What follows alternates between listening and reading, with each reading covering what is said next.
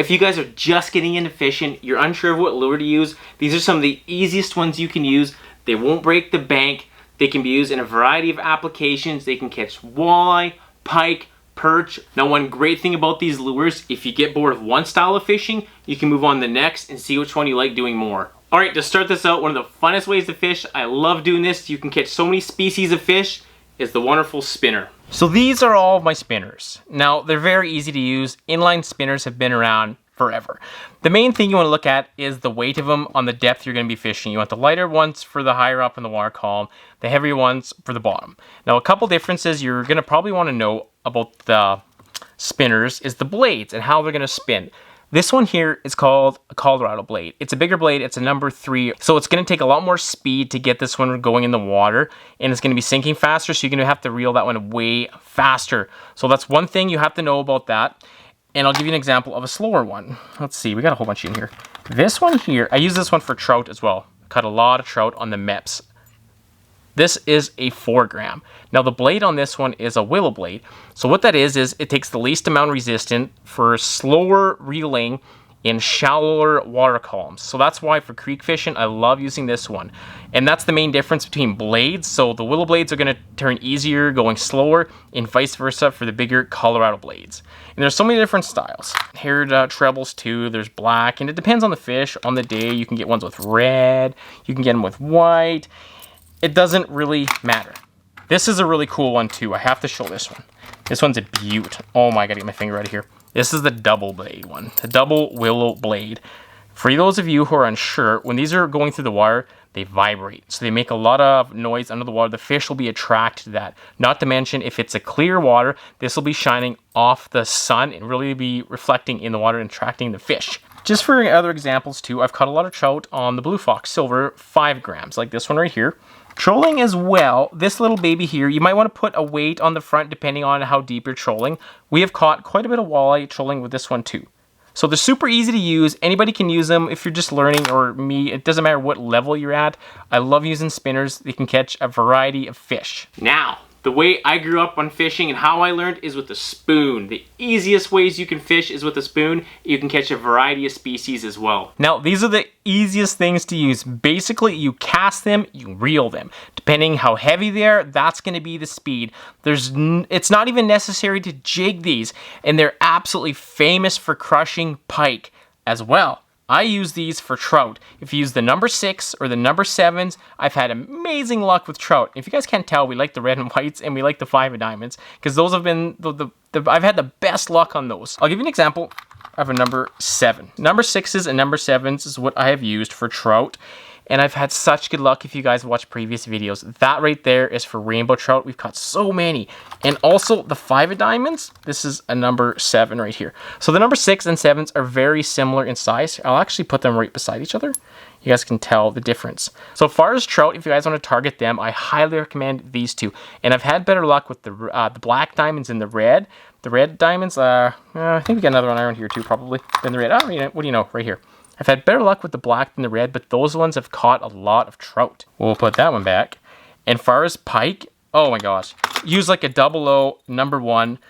This is a 0. So this is a 0, and this one right here is a 00, I believe. These are absolutely famous and so easy to catch big frickin' pike on it. We've even these are about $3 to $5, give or take, for pricing.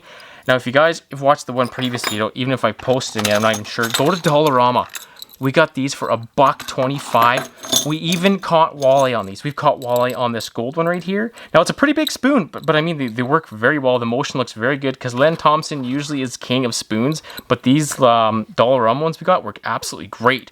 And the bigger you get, I mean, they'll still catch this depending how big of a pike you're going for, or where you're fishing, or how big the fish are in that lake. But far as using these, are super easy and they're not hard to use. You just reel them.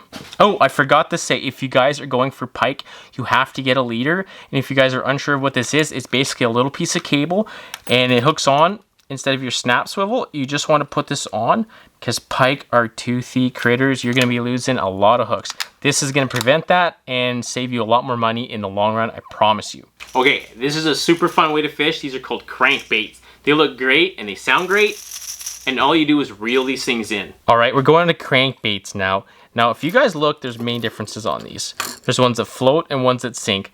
These three are floaters, this one's a sinker, and there's different bill sizes too. Now the main purpose of the bill, a short bill like this is going to be going in shallower water. This one's rated for 2 to 3 feet. Now this one with the bigger bill, it's rated for 5 to 8 feet. Now depending how deep the fish are at the water column or where you're fishing, what side of the lake, the edges, it will determine a lot on the bill size. Now there's lipless ones like this one, and this one's also a sinker. So when you're reeling this one, it won't be diving down nearly as much as one with a bill. And if you're in really shallow areas, you could be using this little guy. This is the cutest little one. We've caught a lot of walleye on this little one in a previous video. It's deadly, but this one's a floater as well. So if you run even rivers, they work out great for that. They won't sink, they won't get snagged up. And if you're reeling these floating ones, this is another example too. This is a floater too. And some come with rattles. All these ones actually come with rattles except that one. Now, if you're in shallower spots, you know you're going to be snagging, you can just stop reeling too, and it's just going to float up to the surface. Then you can continue to reel as well. So it might save you from snagging and losing a lure. And this one too, it's just different styles. And if listen to the balls. If you listen to that, now that's a huge attractant to fish, and that's one bonus when you're running cranks, because the width of the bill here too is going to determine how much it shakes. So this is a really sporadic one. So if it's really going through the water, you're reeling it fast, it's going to be making a lot of noise. And far as the lipless one, it's when you're reeling this one, it's not going to be diving nearly as quickly opposed to ones with the bill. So if you're in shallower areas, you don't want to be diving nearly as much, you can try a lipless one. But all in all, they all do the same thing. Do not overcomplicate things. They all work great for walleye, pike, you name it. Now, this one is called a blade bait. It's similar to a crankbait, but it's got some differences. You're probably gonna like it. Now, moving on to blade baits. These are amazing. They're super easy for beginners and intermediate, advanced, it doesn't matter. You can use these in winter and summer. Obviously in wintertime, you can use them for vertical jigging as well as summer. If you guys have a boat, you can locate the fish. All you do is go on top of them and just start vertical jigging. Now, if you guys notice, I'll try and focus here. There are 3 little holes right here on the top. Now, depending on how you hook your quick snap or your snap swivel, if you want it to be top heavy, you can hook it on the front. And what it's going to do is, since they're weighted on the front right here, they're going to dive bomb really quick and be more sporadic going down than going up. And vice versa, you can put it on the back and it'll be slower going down and quicker coming up. I usually leave it in the center. It seems to work pretty good for me. Another awesome way you guys can use these for is snap jigging. They work great for walleye. If you guys want to know how to snap jig, I'll leave a link in the video. You guys can check that out, but that's more of a different video for this one. But as far as these things, they work great. You can cast them, jig them in, snap jig them off the bottom, or do vertical jigging in the summer or winter. Now we're getting super fancy. This is called a hair jig. There's a lot of different styles, and these work great for walleye. So these are some of my hair jigs. I've had amazing luck. If you guys want to try and target perch and walleye, they work fantastic. Now, depending on the depth of when you figure out where the fish are at will determine the size of the head which you want to use to try and get down to the quickest as you can. The perch pattern has worked great for me. Now, there's different style heads too, as you guys can tell. Just a quick example of a regular round head. It'll go down slower because it's not going to cut the water, opposed to something like this one. This one is called the Moon Eye.